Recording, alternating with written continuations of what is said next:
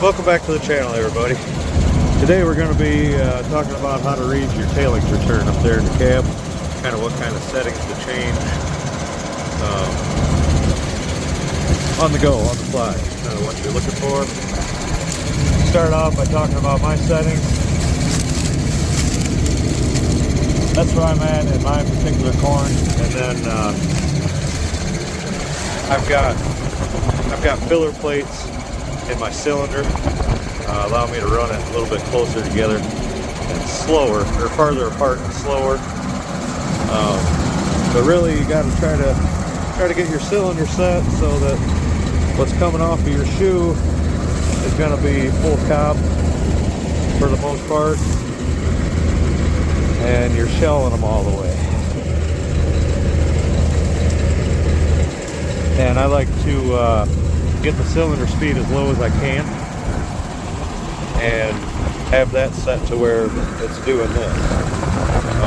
So you just kind of keep your cylinder speed low to begin with for your average corn, and then when you get into some smaller ears, you have a spot in the field that's bad, that's when we crank the cylinder speed up in the cab a little bit to shell it better.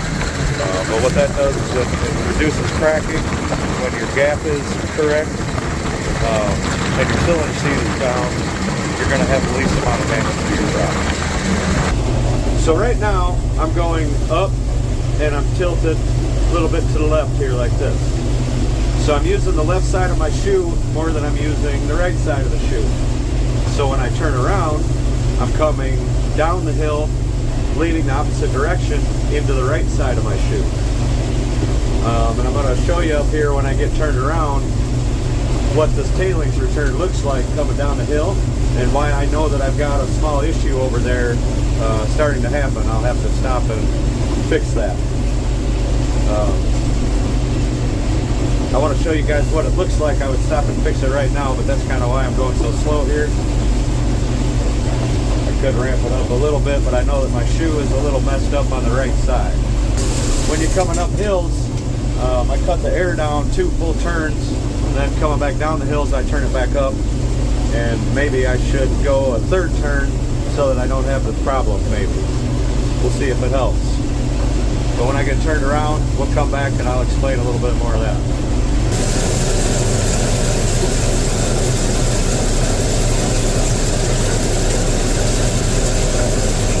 Going downhill, you get a little bit more in there to begin with, just because, you know, the angles of your shaper and your sieve, you get a little bit more going downhill to begin with, but it's gotten to the point where that's more than a little more. So I'm going to stop down here at the end and see what I find in there. So just as I had figured, see the left side's got a little bit going on over there, but not much. But the right side, where we're getting most of it while we're going down the hill. So this tells me 2 things. One, I need to give it a little bit more air coming down the hill, and 2, I need to slow down a little bit, probably a little bit more. Seeing the sieves down there, we got them closed so that them just don't get through into the bin, which basically I try to close them down just smaller than the smallest little chunks that I got coming through. And this field in particular is being kind of a pain because you got a lot of them are nice, good size ears like this, what I'm getting at. But then you got like this one. This is one that was goosenecked, and you don't have as big as ears. And the problem is that we're not, they don't separate quite the same. So it's kind of a give and take to get it right.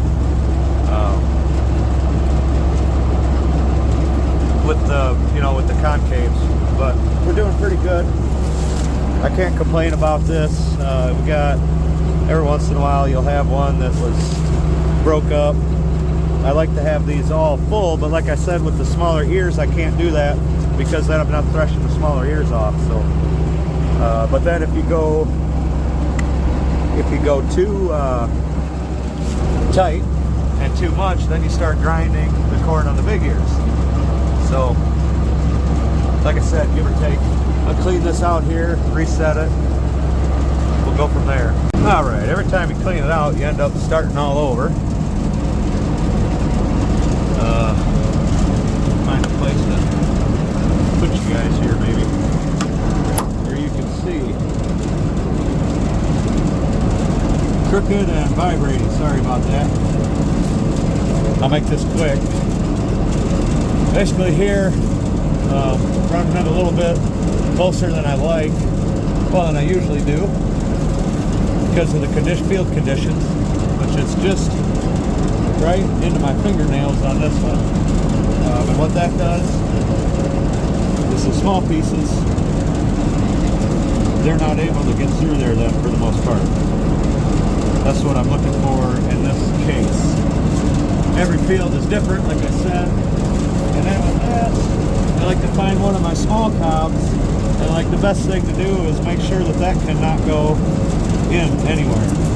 See, like this is open back here, fall through there, you don't want that.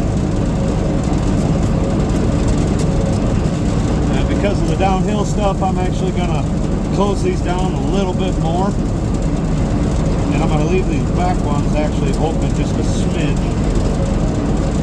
to catch any seed that may come back here. All right, so try to explain. That can be caused by a couple of things. Number one, you got your chafer too far open. You're never going to get it to separate right anyhow, especially coming downhill.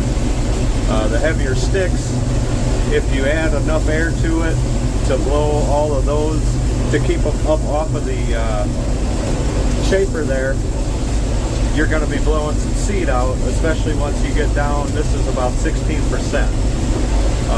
At 18%, some of this, it's a lot easier to get it set, I should say, because your seed is heavier and you're able to use more air to blow, like I said, them sticks. You just blow them out of the bag. But in this case, you just got to slow down a little bit. But however, if you're at this point, you've walked behind the combine, you've seen if you're blowing seed out, or you've had somebody behind the combine as you're running to see if you're blowing seed out. And your problem may be that you just don't have enough air. You're not pulling that. You got to keep the trash off of that shaper so that it can work. If you got it all laying on top of that shaper, it's just going to plug up all the time. And that's kind of an issue with what I had going on here. It was a combination of going too fast and not turning my air up enough to come down the hill. So, pretty sure I got it all sorted out now. It's doing a fancy job again.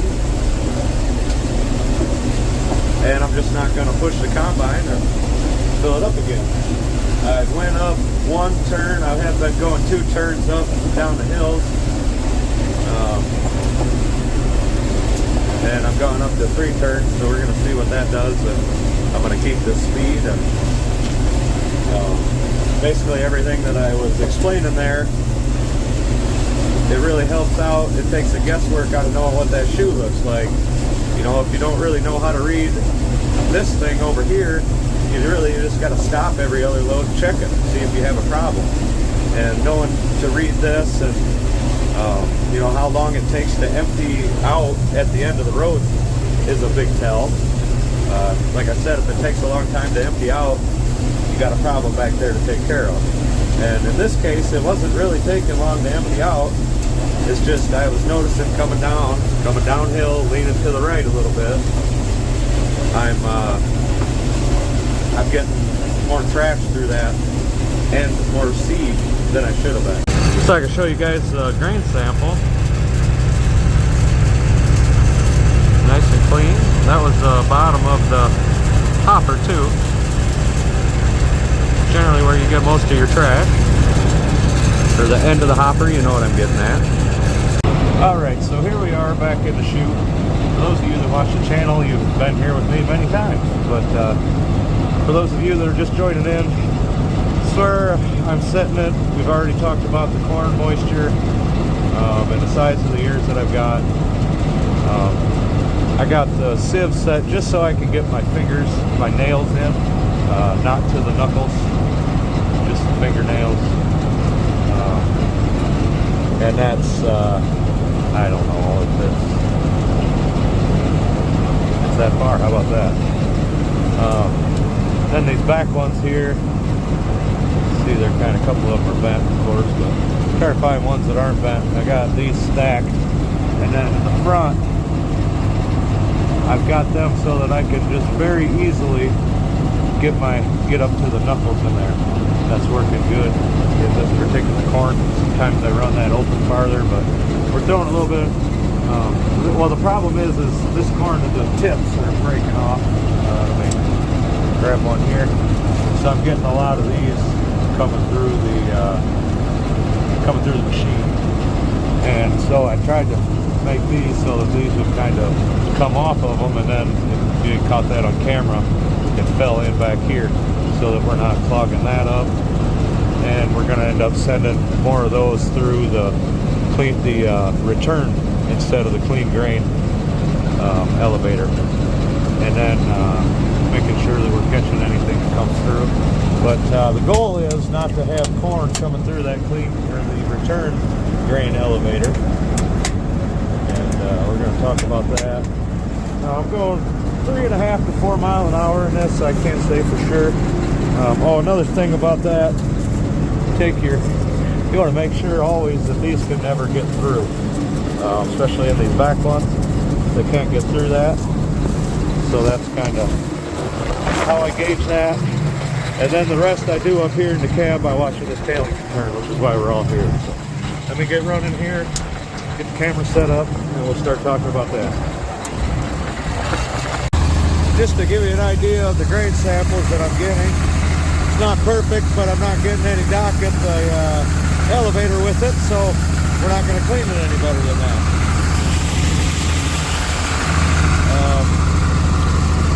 After I do this, I clean my shoe out. I do that every morning and a couple of times throughout the day, even though if you get it set right, really kind of get away without even messing with it, I found, but it's always good to check it.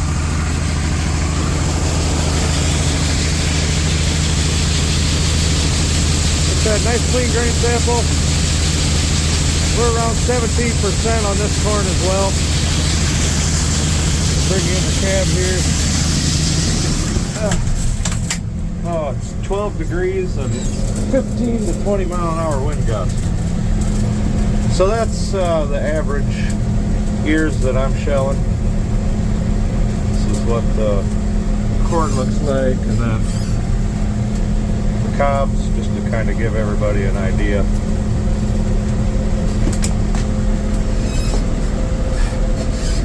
And then maybe to give you a size reference, a bit of population or pollination issues on this. It's that high winds that we got, I think, contributed to that. But anyhow, and this is going right at 200 bushel the acre, and that's as far as I can figure out with like what shrinkage I'm going to get and all of that.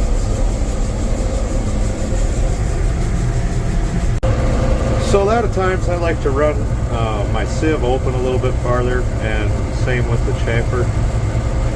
But like I said, as cold as it is, I'm getting the tips of them cobs are breaking off. Got a lot of, this one was a small one that just would have been blown out, but a lot of them you're getting a little bit more of the tips of the cobs broken off, and that was just causing a little bit of a problem, and I didn't want to get docked for foreign material, so I closed everything down a little bit, and I slowed down from 4 mile an hour to about 3.5, like I said. There's times where I'm probably still pushing about 4 mile an hour on the flats, but I don't know if you can see here, I've got going down the hills, I push it a little bit harder, but coming up hills and when I'm leaning, about 3.5 average. And on the other end of the field, I got one where I'm going up, where I'm only going, I don't know, 2.5, and that's just making sure that I don't have grain coming through this. So if I've got grain coming through this, there's grain spitting out the back, I've found. I mean, and that's, some guys might argue about that, but I've had people following behind the combine. Many times I've done walks behind checking straw walkers on top of the shoe, you know, because it's, anyway, if you've got grain spitting out in here, you're sending it out of the back of the combine. Just end of story. So we're gonna move along here, and one more time I'll say this: your goal is to have like none grain coming through here. I left my coffee cup on top of my combine. That's what that is. Well, I thought I had a cup of coffee. That's disappointing. I hope it shows up there in the camera. No corn coming through. Maybe loud for a second.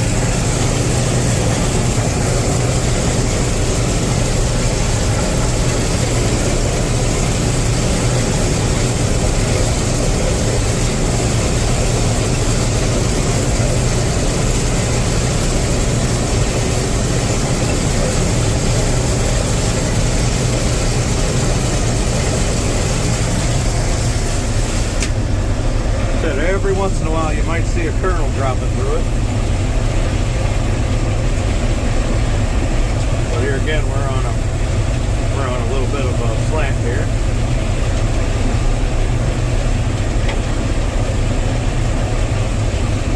So that's, for me, that's ideal.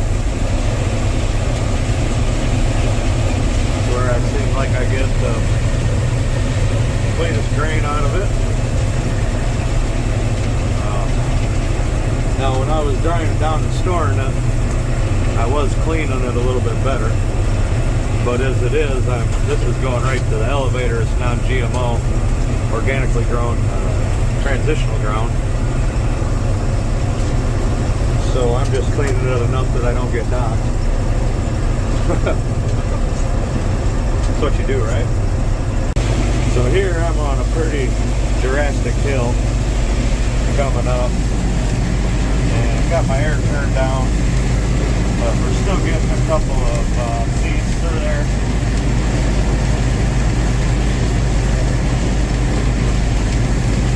I just kind of did that to show you, just blowing the seed out the back there. But now we're back up here on the flat, and that should clear out here, so I get my settings back right. I just kind of, one time I sacrificed a little bit of seed there. Well, not even a half a bushel, you know what I mean. By the time it's said and done, it's probably not even really a measurable amount. But, yeah, just show you guys kind of what shit looks like. Don't do that. Whoop, don't do that either.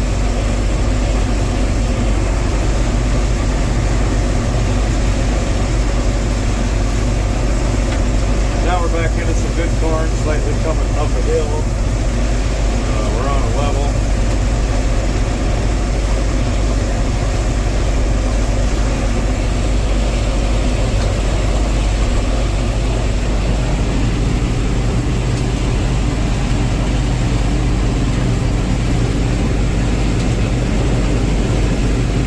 Nothing but trash coming through there.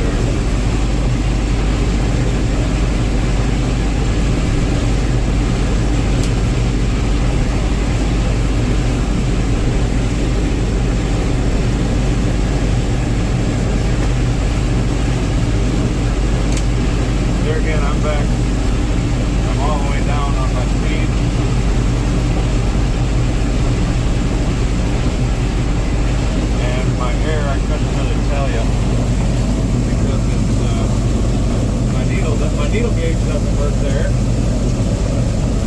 my knob decided to break off, so that's been a pain. But like I said, the air is something I figure out where it's at on the flat, to where I'm getting that grain coming through, or where I'm not getting grain coming through my tailings return there, and then adjust up and down hills. Coming down hills, you need less air coming, or sorry, other way around. Coming up hills, you need less air, and going down hills, you need a little more air. Because the angle of everything is just how it is. If you get on side hills, either way, you just need to slow down.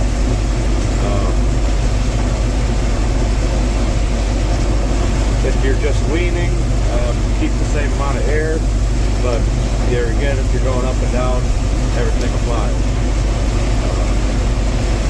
When you slow down, you start running less material through it. Air is a tricky thing. You slow down and be running less air, and then start getting traffic. Then, speaking of which, yeah, you guys heard it, didn't you? Okay, as I was saying before that happened, talking, not paying attention to my hopper, I got out and saved it. I didn't spill very much.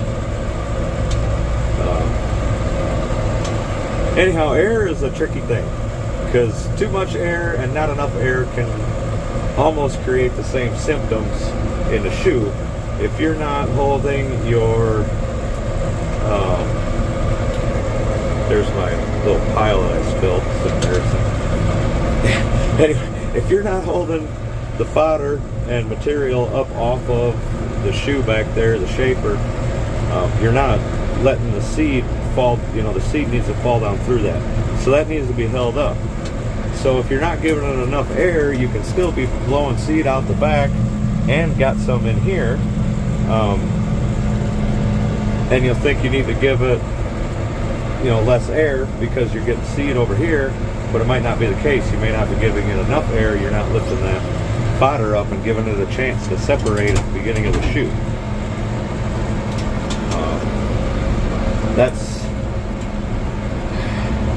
I know that's kind of hard to do. It's just a scenario that could happen. Figured I'd point that out. And so then if you're not giving it, if you're giving it too much air, obviously you're blowing seed back. So air is kind of it's a touchy thing, I guess. And that's why I can't really tell you. It changes every day, to be honest with you. It depends on what. Today it's frozen, and I'm kicking more fodder through it because everything's frozen solid. So it's breaking off, and more of the plant is coming through. So today, it's different. I had to give it more air. It's really something that you really gotta gauge yourself in your own crop and different crop conditions.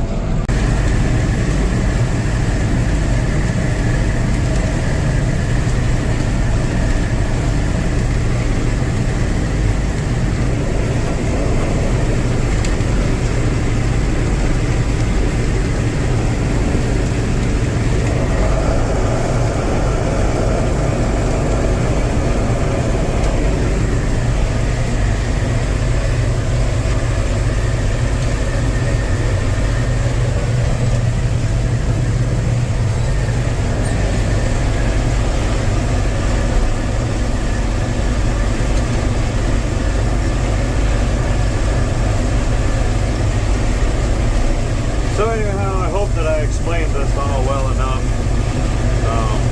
If you have any questions about anything, don't be afraid to lay a comment. I may be able to articulate what I'm trying to say a little bit better if I take time to type it out. A lot of times questions may already be asked, so it's always valuable to go through and read through the comments that are already on the video and see if there's anything on there that might pertain to the question you're asking. A lot of times guys have the same questions when I'm trying to explain things. There's just certain things I don't get explained correctly or in enough depth. So, like I said, if anything that you have any questions about, don't hesitate to ask. I'm going to keep after it. Hopefully I'll be finished up today. I got 2 acres here, and across the tree line there's another, 13 and a half acres over there. And I'll be done for the year. So there will be a couple more videos coming of just Glenn doing its thing out in the field, and an update on that.